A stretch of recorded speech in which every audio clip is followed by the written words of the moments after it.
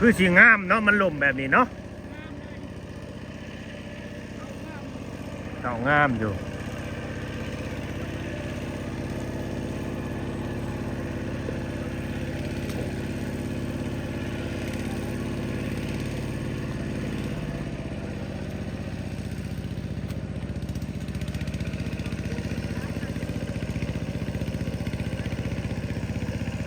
ต่ออีกเดิมไปเนาะโอ้ยเนาะเราก็สีผ้าเขาหมักจกลบก็ได้ไปเนาะวัดถ่ายมันเข่าไว้แบบสิบ่อยนะสิบ่อย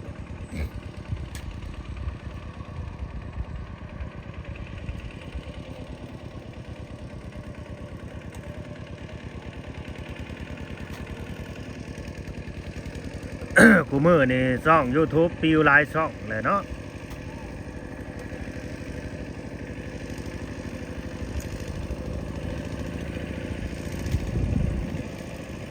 พ่อใหญ่มาพี่พ่อใหญ่มาพี่โดยมาพักผ่อนก่อนอันนี้เจ้าบ่ได้ซีนงามันบ่มันบ่งามเข่าเจ้าบ่อันนี้เจ้าบ่ได้ซีนบ่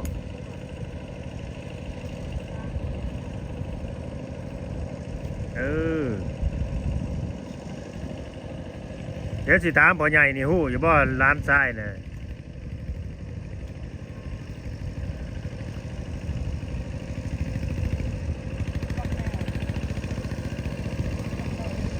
บ่จักแนวเฮ็ด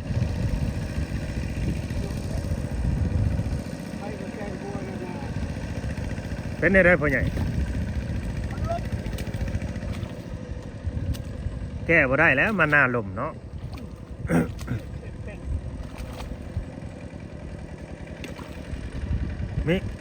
มีแต่เฮาบ่ปล่อยน้ำเฮาบ่ค้างน้ำไว้ให้หน้าลมมีแต่ไล่น้ำออกอย่างเดียวตอนเฮาไถหุดแล้วนะหรือว่าเฮาสิไถหุดนั่นเองบ่ให้น้ำมันค้างหั่นนะโอ้ยใครลูกหลานกับกำนันกับพวกตัวเราบ่เคยทำหรอก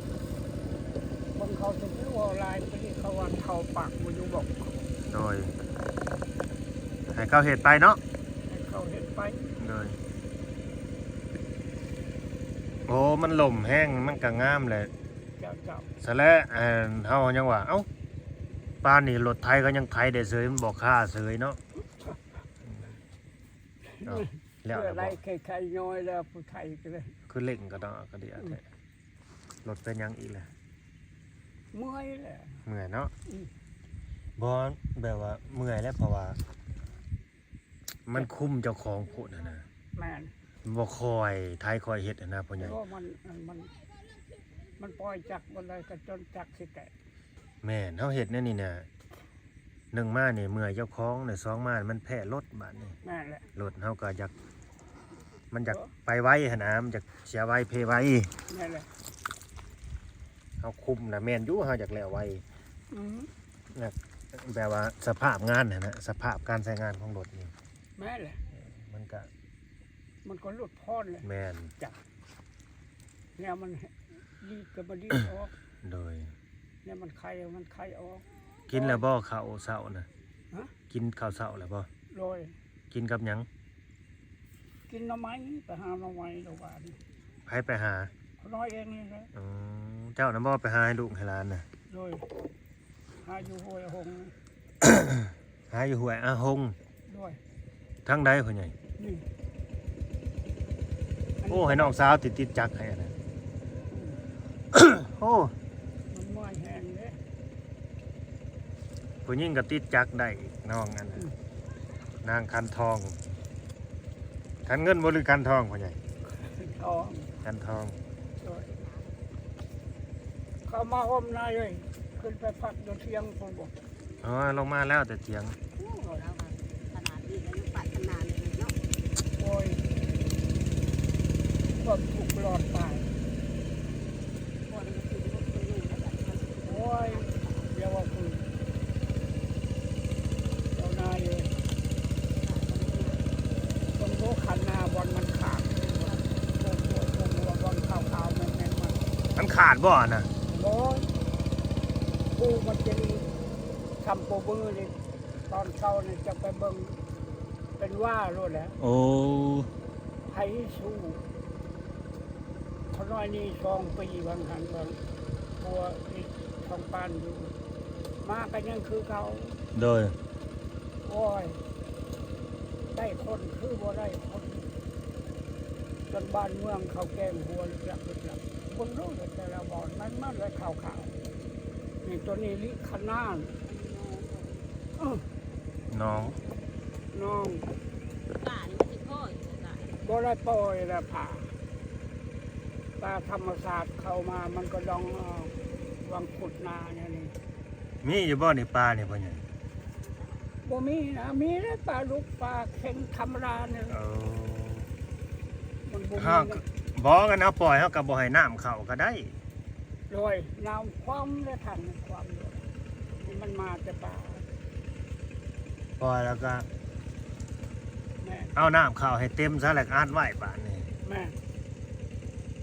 ซื้อปลามาลงจากถง2 ถงพอได้กินนี่ก็ได้ แม่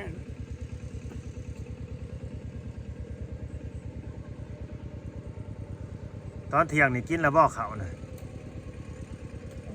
ข้าวเที่ยงกินแล้วบ่ คนน้อยบ่เคยกินเขาวที่ เอ้ากินแต่ยามมื้อเช้าก็ยามมื้อแลงเท่านั้นบ่ โดย โอ้เป็นหยังคือบ่กินข้าวเที่ยงต้องบ่อยากบ่ มันบ่อยาก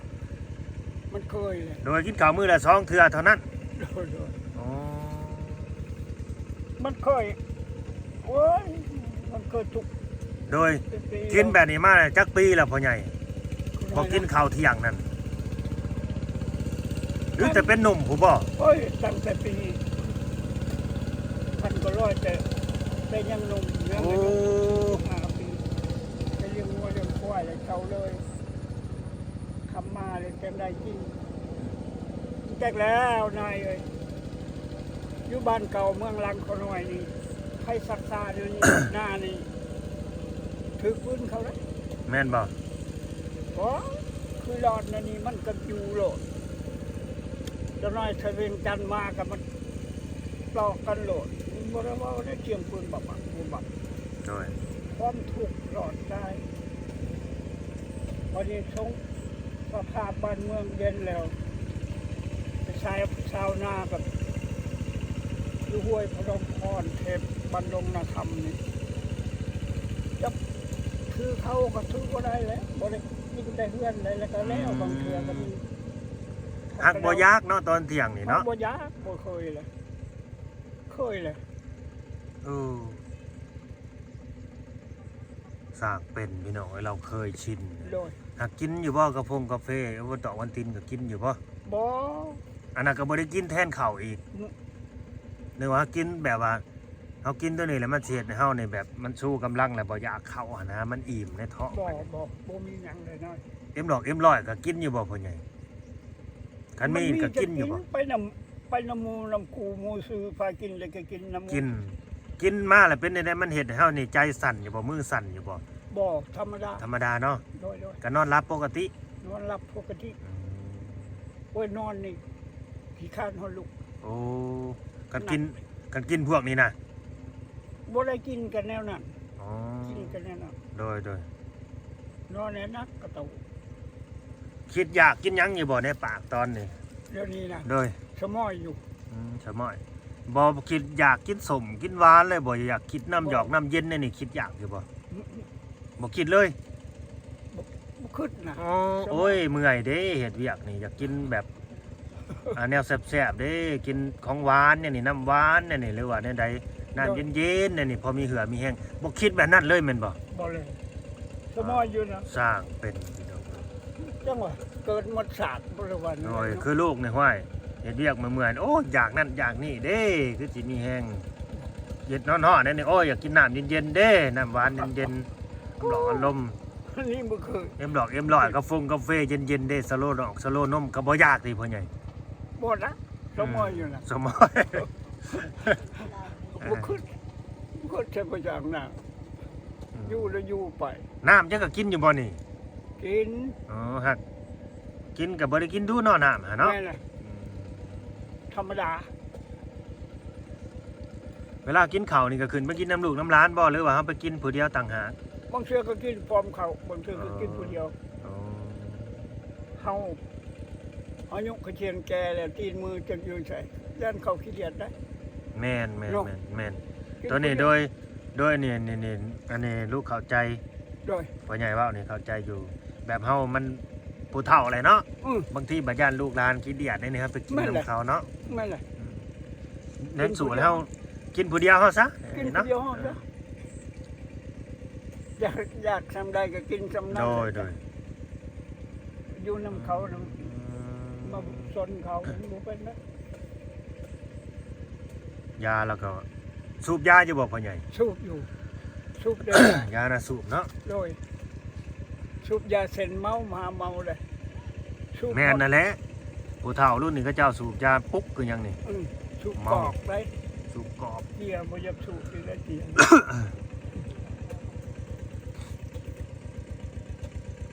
ขออนุญาตเด้อพ่อใหญ่ปีนี้อายุเท่าไรล่ะเจ้าฮอด90แล้วบ่ 96 ปี 96 ด้วยเกิดปี1930เดือน5มื้อ15วันจันทร์ จำฮอดวันเกิดเจ้าของได้เนาะ ด้วย 1930 ด้วย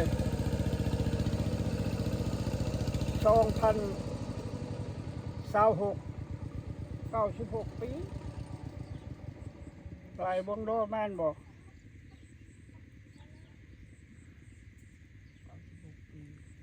ป้าดเด้อพี่น้องเอ้ยดูพ่อใหญ่ โดย 96 ปี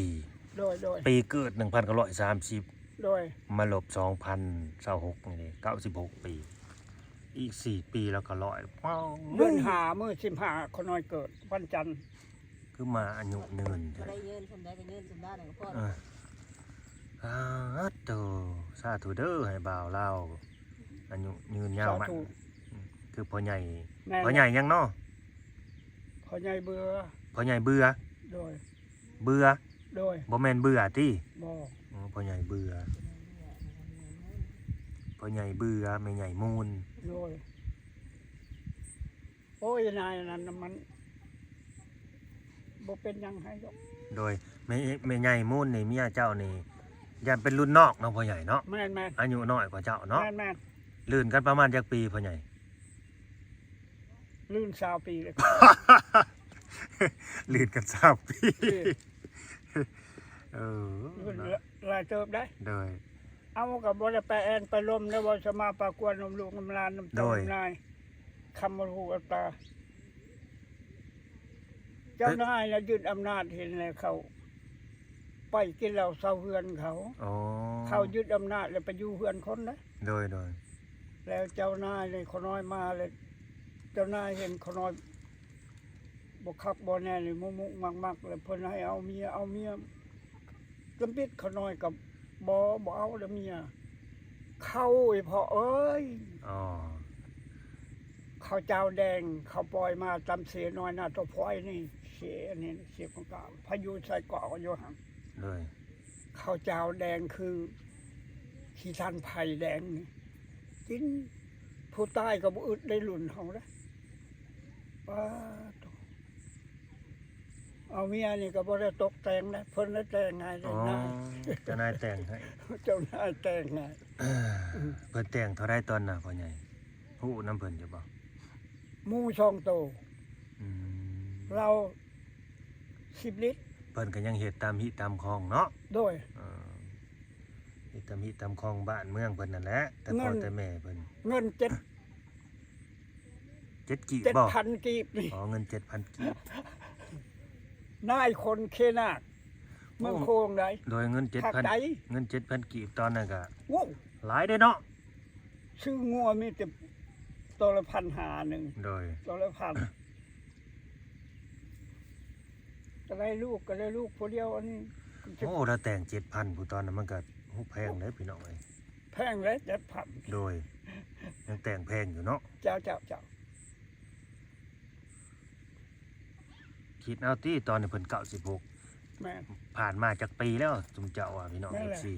แต่ ตอนเพิ่นแต่งกันไม่ใหญ่มูลแล้วก็ นั่นแห 7,000 ละ หมู2โตอีก แม่นเลยเจ้านายตกแต่งการให้ประวัติออกแล้วเพิ่นว่า เอาหยังแต่งบ่มีเงินแล้วว่ะ อืม ชุดแต่เจ้าแต่นายแล้วเจ้านายให้เอาก็เอาบ่ให้เอาก็บ่เอานายเอ้ยว่ะ โดย เพิ่นว่าโอ้เฮ็ดได้เพิ่นขายน้ำตาลตอนนั้นวันน้ำตาลบ่แพงเลยเป่าหนึงมีเท่าไหร่มีแต่150,000 เอาไปเฮ็ดหยังน้ำตาลน่ะพ่อใหญ่ เอาเพิ่นขายน้ำตาลเนี่ยมาแต่งเมียให้คน โอ้โหตัวนายขายน้ำตาลมาแต่งเมียให้ เงินเดือนหนึ่ง15 กีบที่เดือน10 กีบ อ๋อ เอายังมาใส่พอบ่มีอายุไอ้น้องบ่มีเพิ่นเบิ่งในประวัติมันบ่มีน้ำบ่าวสาวสิบ่มี โอ้ ยังแต่ขน้อยผู้เดียว นายให้กินแกกินบ่ให้กินแล้วก็บ่กิน โอ้ยนายเนี่ยยังอยู่บ่พ่อใหญ่กูมื้อ เดี๋ยวนี้นะ โดย เพิ่นตายเลย โอ้ นะเพิ่นเมื่อตายอยู่เชนา เอาย่านว่าเนาะแบบรุ่นราวเขาเดียวกันเด้ แม่นแหละ นายก็ไปก่อนลูกน้องนะตุยนะ ตายมาแล้วเพิ่นตายแล้วเพิ่นแล้วต้องแต่งการหับกินหับคอง เพิ่นก็ดีเนาะดีนำ โดย พ่อใหญ่ โดย เด้ บ่ดีในใดเพิ่นแต่งเวียกไปเพิ่นแต่งเวียกแล้วไป ว่าแต่เพิ่นแต่งมา สธุว่าแต่เพิ่นแต่ง โดย บ่อนเพิ่นสิเอาคักๆอะไรเพิ่นซ้อมเบิ่งตีนเบิ่งมือได้ โอ้ ถ้ามาพาควรเด้อมา โดย พายุใส่ก็รักษาเกียรติศักดิ์ศรีได้แล้วเจ้านายก็ฮักแพง โดย วันนี้ข่าวยึดอำนาจ สังเกต 81 พ่อใหญ่แล้วใหญ่เลยหูแล้ว 81 82อึดยังยา สัมพ่อเราจังอายุยืน เจะสิว่าในใดยาสีดยาสักเพิ่นรถแต่งเฮาไปซื้อยา อืม สักลูกเพิ่นเอาเงินให้20 กีบ อ๋อ 20 กีบเพิ่นว่าไปซื้อยาเด้อเท่านั้นเท่านี้เพิ่นก็บ่นับได้เอาเขียนเบิ่งดูสตาร์อันนั้นยาเคยนำใส่คนเจ็บคนเป็นแล้วเพิ่นก็เขียนให้แล้วเฮาก็ไปซื้อ โดย บัดนี้เงินเหลือ มีเงินเหลือมาอีก เงินเหลือมาอีกแล้ว10 กีบเหลือ อ๋อ เงิน20 กีบ เงิน20กีบมันเหลือมาให้นาย10กีบ ยังมาเหลือ10 กีบมาแล้วก็เอายาให้เพิ่น อ๋อ แล้วก็เอาเงินให้เพิ่นว่ามันยังบ่เอาว่ะ โดย เอาให้ได้เงินนายว่ะขนายว่าให้เอากับชนแล้วแต่จำปิดแล้วว่ะอันนี้มาแล้วก็บ่เอาแล้วว่ะเพิ่นจงว่าโอ้พอไปพอมาเด้อภัยแห่งสาเกียรติศักดิ์ศรีใดเลยบ่ต้มตุนผู้ใดแล้ว อันนี้ พออยู่ โดยอันนี้เพิ่นเว้าถึงความซื่อสัตย์ที่เพิ่นมีต่อนายของเพิ่นกับลูกน้องเพิ่น โดย นายเพิ่นก็เลยแบบหักแพงไว้เนื้อเสือใจบาดนี่ โด เนาะ ย ว่าลูกน้องนี่ซื่อสัตย์กับนายหั่นนะ แม่ได้มาเลย หายากเด้อสิมีคนซื่อเนาะว่าใหญ่ โดย เนาะ โดย คนซื่อสัตย์อันนะบ่โคตรบ่โกง เอาออกไปอยู่บ้านนอกแล้วบ้านนี้อยู่บ้านนอกอยู่บ้านเรือบ้านตุ้งพักนี่ โดยทางเลข อืม 10มันเดือด นำ มัน ห้วย ตู ตะหาวลูกคนธรรมนาคน300จะนี่ไปครับพุ่นเลยกกคนนี้ น้ำห้วย มั ตะ น หา มี ว ซองข้างเพื่อให้เขาน้อยอยู่ก็โตพักกระตู้ขดชาวบ้านออกคัน โดย ลูกเบสิ10ลูกอยู่นำเขาน้อย อ๋อ คนเดียวนะ เผาไว้บ่ อืมอยู่ในนอนในตู้ตอนหน้าเขาบัดเวลาเพิ่นจะไปอาบน้ำรถเพิ่นแต่งทหารให้มาปลุก ไปอาบน้ โดย ำยามไปยามเพิ่นอยู่หัวตะหาวแล้วเขาน้อยเว้านั่นนี่ป้าถ้าดูไปก็เป็นหยังเคย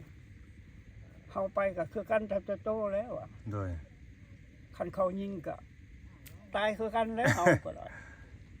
คนว่าบ่นะบ่อยากไปนำผู้ใดนะอยากไปนำเจ้าใครๆนี่ตันตู้ดอกเพิ่นบ่เชื่อบ่เฮาคือเพิ่นว่าเฮานี่ปฏิการปลอมแปลงบ่หรือว่าอะไรขึ้นนะขึ้นยันแต่เขาขาเนาะ โดย ตอนนั้นเขาขาคนไว้ขนาด ขาทิ่มขาปลาไว้เลยเนาะ ป้าว่าเขาแม่พร้อมชัดชื่อตัวนี้คันหอดโมงตายแล้ว สาธุให้ตายคันบ่ฮอดโมงตายแล้วก็จะตุ้มให้วิทย์ไปก็วิทย์ไปได้ อ๋อ บัดนี้ออกทางนั้นคุดคุมให้เพิ่นแล้วก็คุดคุมให้ตัวเองเลยเฮ็ดหานบอนเพิ่นนอนแล้วก็ตัวเองเลยนี่แหละเด็กน้อยบ่มีเวียกหยังบ่มีผู้คุมเขา โดย คันเฮาเว้าแล้วบ่เรียกเขาหาใส่ เขาพักเที่ยงเด้เขาเลิกนะพ่อใหญ่ มันเที่ยงแล้ว โอ้โหไอ้พ่อ เขาเมื่อยเลย เฮ็ดเวียกนี่มันบ่ว่า จักโมงจะเขาลงมาเฮ็ดเวียก 6 โมงเช้า 7 โมง อืม เฮ็ดเวียกนี่มันเช้ารานี่เอาจนกระโตส่งเสื้อแห้งนี่กระโตนั่นมันพอ อ๋อ คันนี้นี่บ่เป็นดอก บ่เป็น โดย บ่ไหวๆนำเขาเบิ่งเขาซื่อๆบ่ดีเขาหายหัวเขาว่าเฒ่าปากบ่อยู่บอกแล้ว โดย ดีเด้ ก็ปล่อยเขา ล้ำใจ ให้เขาเฮ็ดไปตามใจเขาพ่อใหญ่ ล้ำใจ โดย มันบ่ทันปีทันเดือน โดยเฮาก็เบิ่งเอานี่แหละเฮ็ดสำเฮ็ดได้ซอยเขา แม่น เอา นะ คือมีลูกกับปูน้อยเนาะอันน่ะเนาะ มี มันก็กัดเขาอยู่บ่คุมื้อนี่แถวนี้ก็ดี บ่หนา มันจะดับเลยติ มันบ่คือตะกี้แล้วเดี๋ยวนี้มันยามันเมาหลาย โดย อย่าง เพิ่นเลี้ยงงัวจักโตเดี๋ยวนี้พ่อใหญ่ งัวนะ งัวในเฮือนนี่ งัวซ้ำงัวรับจ้างแต่โฟสองปานอยู่ เขาเอางัวเขาให้มาเลี้ยง เหลือจักโตได้นํเขาจักโตแล้วซะงัว อยากนำเขา อืม เขา เอาแล้วว่าร้านอยู่เวียงบ่สบายน่ะสิมาแหละน่ะเจ้าฮู้นํอยู่บ่ ผู้อยู่เขาบอกมื้อเช้านี่ อืม จักเฮ็ดได้แล้วนายบ่จักได้ผัวนะหากไม่ความยากับ คือว่าปัวคนกับปัวจนคอมือกิ้ว โดย มันเอามาใส่ตัวเองกับแบบนี้บักนี้มันจะตายตั้งแต่น้อยพุทธตั้งแต่อายุ7-8 ปีพุทธมาครั้งโบเฮ็ดเวียก โดย คนน้อยเราเฮียนทางไม้นำเขาอยู่วันพุกพระขาดลงปาง เอาโดย เป็นทางเลข10 พ่อใหญ่นี่มีแบบยาดีหยังแน่เกี่ยวกับรักษาโรคมัน รักษาโรคมัน กระเพาะกระเพาะก็มีบ่ กระเพาะลำไส้ก็ ก็มีเนาะ ก็บ่ดี อืมแต่ว่าพ่อใหญ่มีเนาะหางใหม่พวกนี้เนาะ อืม อืม กินมันหอมนะ บ่อันเจ้าสิเป็นอันนี้บ่จักพี่น้องเอ้ยยานี่นะแบบ คือบางบ่อนก็แบบว่าเฮารักษาคนอื่นนะได้เศร้า แต่ว่ารักษาคนในครอบครัวนี่บ่เศร้า บ่เฒ่ามาครั้งบ่เฮ็ดเวียก โดย เต็มจนตูนสำนีบ่สมาควรสมาภาพควร โดย เข้าห้องหมอลอยเก่าบ่ได้เสียเงินได้ตะกี้ได้ พอเพิ่นบ่อยู่นั้นยังอยู่ในทหาร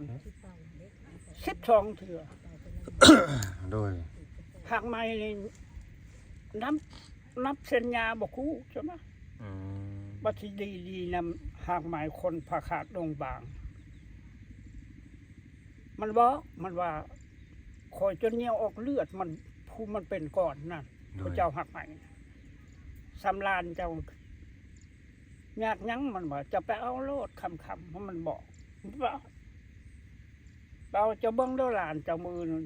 เช้าเจ้าจะตกใจได้มันว่า มันโยบหอนหน้าหอตา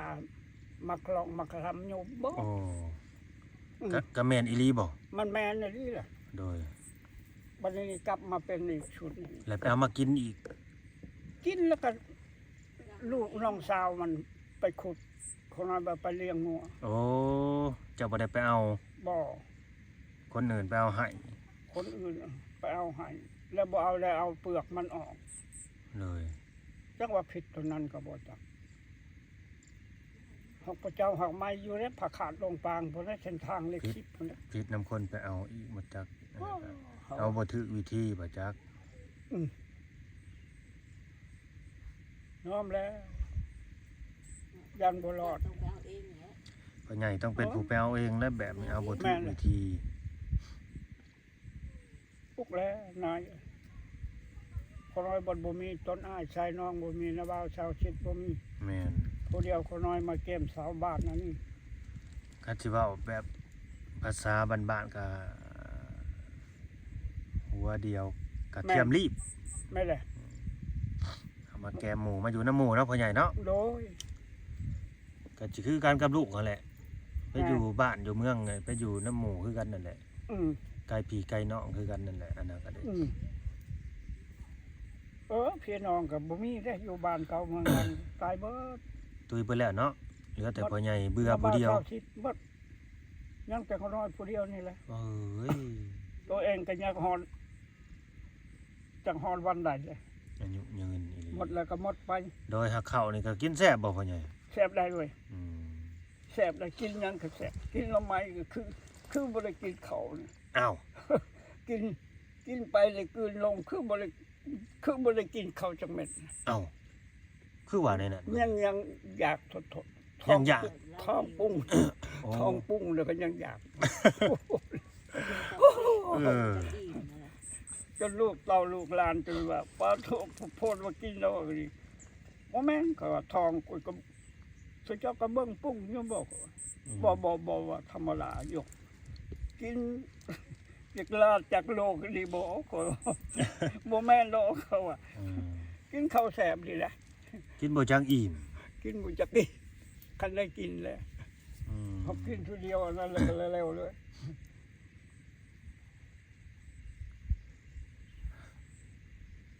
ปลุกแล้วสาธุจะมีพญาติพญา โดย เกิดมาชาตินี้คันจะตายก็ขอตายแต่ทั้งยืนตายกอกอยู่ถึงลมงน อ้าวว้าวไปเอ้ย หมู่ บ่ให้เจ็บให้โซ่บ่พ่อใหญ่ บ่ อ่า คอยวิทย์ให้ว่างปรารถนาอะไรมือใดก็คือเก่านั่นนี่แหละอันนั้นได้หมู่ว่าไปทั้งสร้างบ่แต่บ่ได้สร้าง การแสดงว่าตัวพ่อใหญ่เบื่อนี่ ดาว แข็งแห้งเนาะบ่มีพยาธิโรคาเนาะในตนในตัวเนาะ จะ อ๋อ บ่เคยเจ็บเคยไข้ คันว่าตุยแล้วก็จะแบบว่ายืนอยู่กับไปเลยแล้วว่ากอกไปเลยแบบนี้เนาะ คัน เจ็บบ่อยากเจ็บอยากไข้เนาะพ่อใหญ่เนาะ บ่จะให้หมู่เมียนที่มีเมียว โดยคันว่านอนก็รับไปเลยแบบนี้ แม่ เนาะ นแหละนอนหลับไปเลย โอ้ยเจ้าสวะนั่นน่ะพ่อใหญ่อยู่น้ำลูกน้ำหลานไปดนๆนั่นแหละเป็นหนุ่มโพสต์ แม่น อยู่จัก150ปีนี่เราเป็นได แม่นแหละโอ้ หรือว่า105ปี10ปีเนี่ยนี่ แม่น แค่บ้านน่ะร่อย บ่อันเว้าพื้นแบบให้แข็งแห้งแบบนี้ตลอดหั้นนะพ่อใหญ่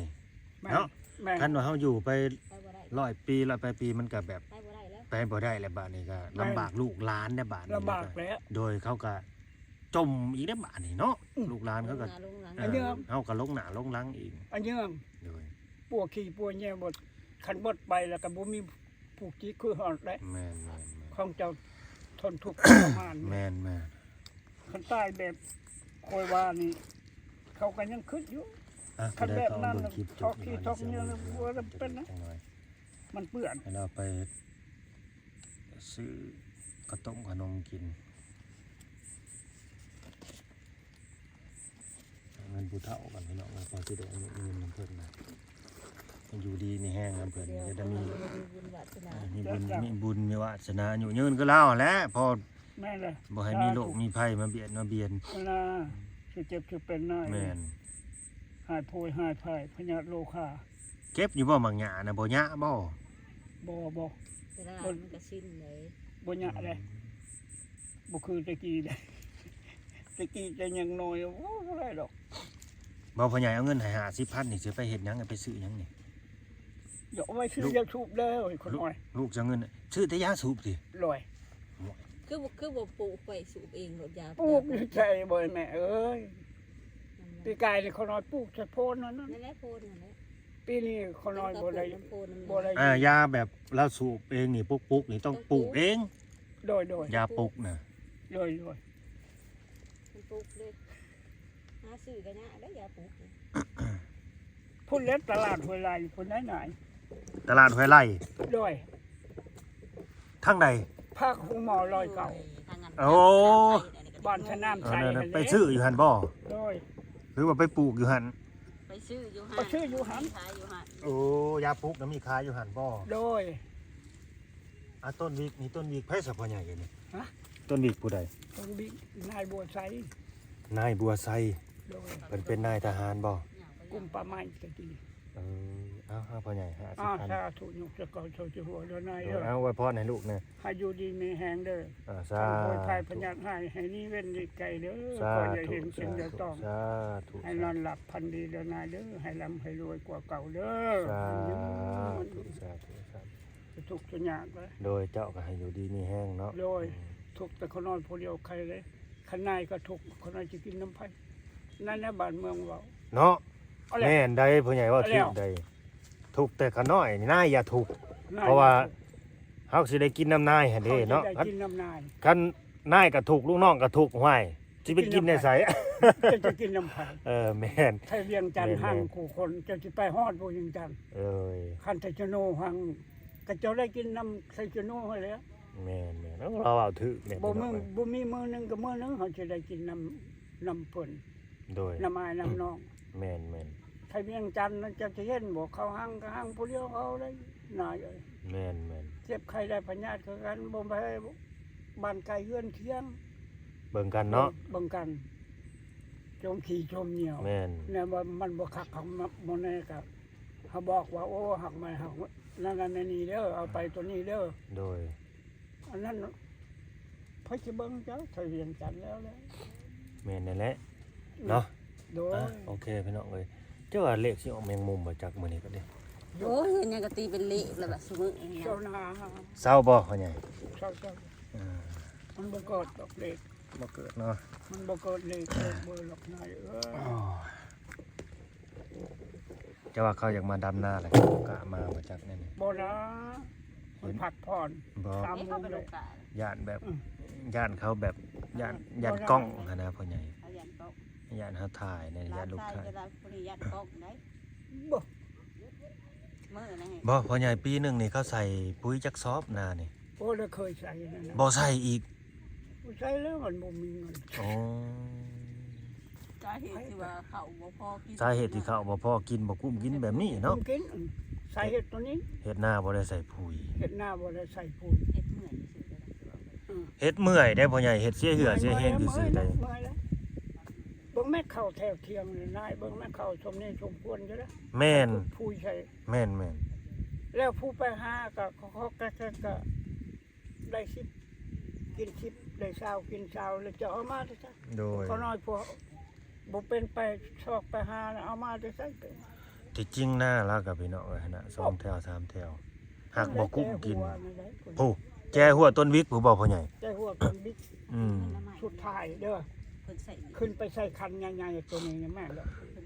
นี่ขึ้นมานี่นี่บ่ได้น้อยได้นะหลายเจ้า อ๋อ อืม แม่นหลายเติบอยู่หักบ่ได้ใส่ปุ๋ยแต่ละปี บ่อันนั้นนะชาวบ้านชาวเมืองเขาว่าสอนดินเจ้าเด้เขาก็งามเป็นหยังบ่พึกพุยใส่ขั้นไปยืมไปกูโมก็เจ้าเอาหยังใส่เขา โดยแม่นอีหลีบ่อันเฮ็ดหน้าแต่ละปีนี่ต้องได้ปันนั่นแม่ใหญ่มูลน่ะแบ่งกันคนละครึ่งน่ะพ่อใหญ่แม่นอีหลีอยู่บ่ โอ้ สมมุติว่าได้50ก็ปันกันคนละ25กับลาวน่ะ บ่เคย บ่เคยบ่ มันเอาว่า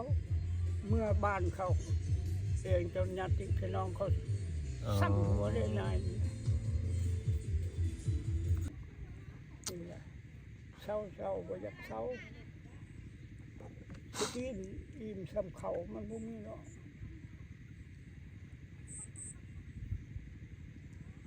แต่พอเขาอยู่เขาก็พอแล้วตอบอย่ามาปอคนจนว่าปอเกิดเป็นคนชาตินี้เห็นไปหมดคนเนาะ โดย พอคันอยากแสดงหาคือโมนี่กินเบียร์เจียไผ่โอ้บอกเรายาปลาแปลงก็กินอยู่นะโมอยู่คนเดียวเถอะมันเคยว่าสิจุกจะแงนก็ดอก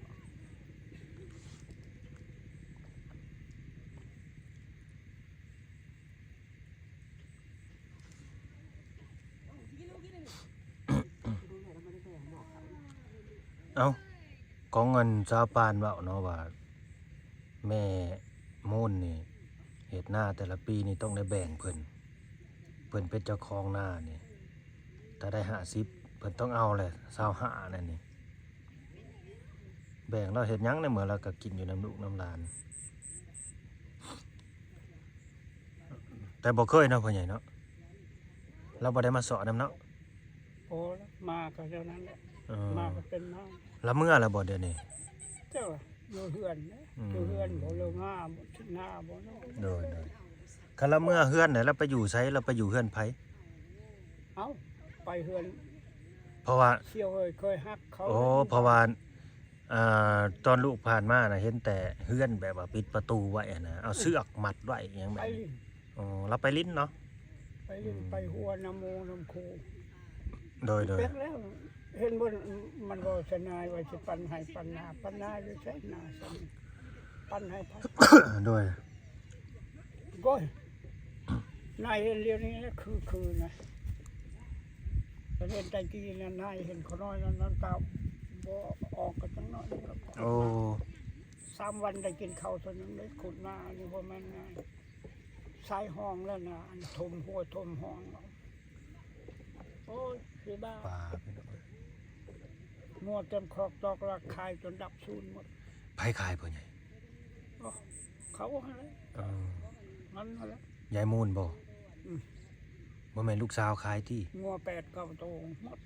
บ่แม่นลูกสาวลูกเคยขายติ บ่นะ เมียขาย เนี่ยขาย เราขายไปเฮ็ดหยังแม่ใหญ่มูล ซื้อกิน เออ ซื้ออยู่ซื้อกินแต่พอเท่าไม่เท่านี่ หรือว่าเราขายมาซื้อรถไถนี่บ่ โอ้ยรถไทยจ้างก็ลอยขายนานในบ้านเก่าเมืองลังเขาหน่อยเลย โดยอันนี้รถไถพ่อใหญ่บ่นี่ ลอย อ๋อ ในบ้านเกิดเมืองนอนของเขาหน่อยแล้วขายเดินบ้านจะตันเฮือน โอ้จังได้รถไถคันนี้ได้ แล้วรถคันนี่ แปลงจักเทื่อแล้วพ่อใหญ่รถไถคันนี้จั จั ก กก็ซ้อมปีนี้แล้วนี่ จักปีแล้วพ่อใหญ่รถคันนี้ 4-5 ปีเลยได้ เอาซื้อรถมือหนึ่งบ่หรือมือสอง ต้นห่างเล โอ้ ย ถ้าก็ได้4-5 ปี โดย ถ้าก็ได้4-5หน้าเนาะว่ากันเนาะ 60,000 บาท67,000 บาท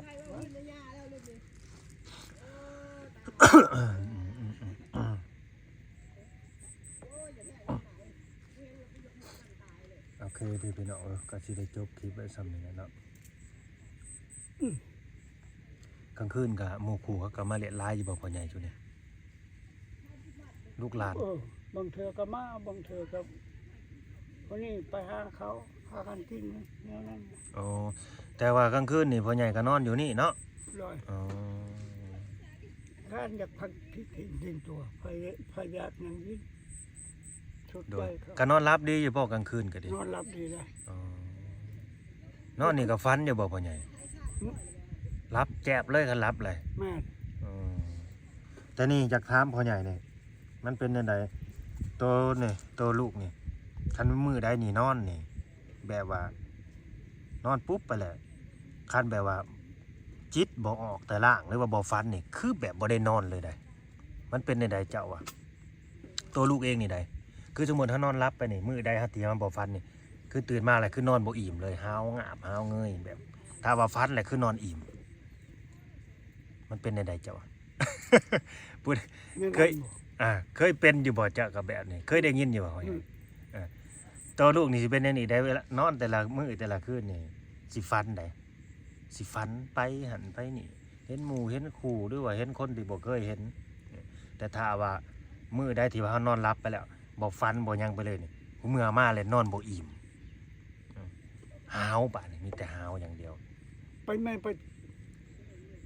ไปอันนั้นแม่ไป บ่เป็นแบบนี้มาแต่เฮิงเลยได้ อืม แต่ยังน้อยพุ่นนะแบบ เป็นแต่ยังหน่อยบัดนี้อายุก็เชียนก็เงาแก่แล้วมันก็แก่ จะไปอันนั้นขั้นพระเจ้าบ่ได้ชื่อเขาศาสนาคาทอลิกเลยพระเจ้าไปอันนั้นแม่ ไปยังพ่อใหญ่ ไปเสียเคราะห์บัวซาเลย บ่ ไปไหว้เบิ่ง ก็เฮ็ดมาตลอดนั่นแหละอันนี้ก็ดี ยันหมอมันบ่เก่ง โอ้หมอบ่เก่งบ่ อืม อุ้ยปลายังอันนั้นพ่อใหญ่อันนี้น่ะมีปลานะฮะนี่คือปลาดุกบ่หรือปลาหยังนี่แหละ มันขึ้น เจหนา แม่น มันแบบมันด้อยเรื่องด่างอยู่นะ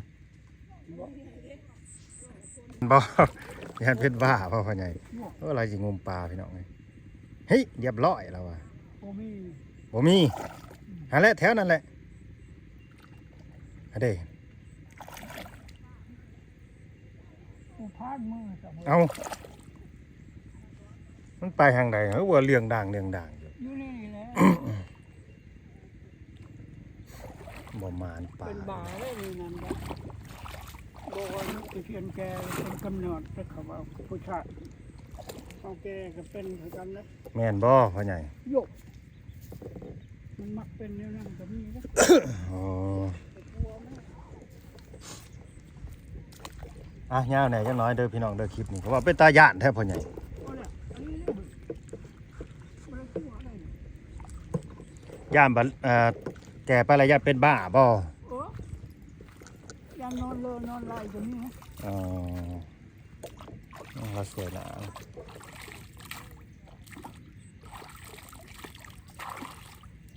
น้ำในท่วมหัวอยู่บ่พ่อใหญ่น้ำในหนองนี่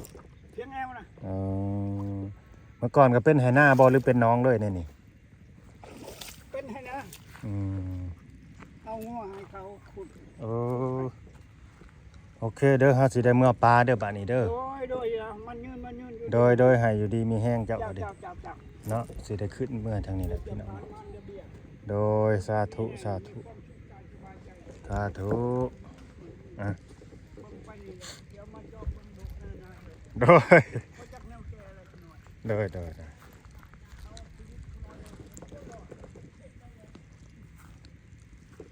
อ่ะตามนั่นแหละพี่น้องเอ้ยขอบคุณ FC เด้อที่เขาเอาเบิ่งมาชมตั้งแต่ต้นจนจบคลิปพี่น้องเอ้ยอยู่ดีมีแห้งแพงแบ่งปันกันคือเก่าเด้อเนาะอ่ะสำบายดี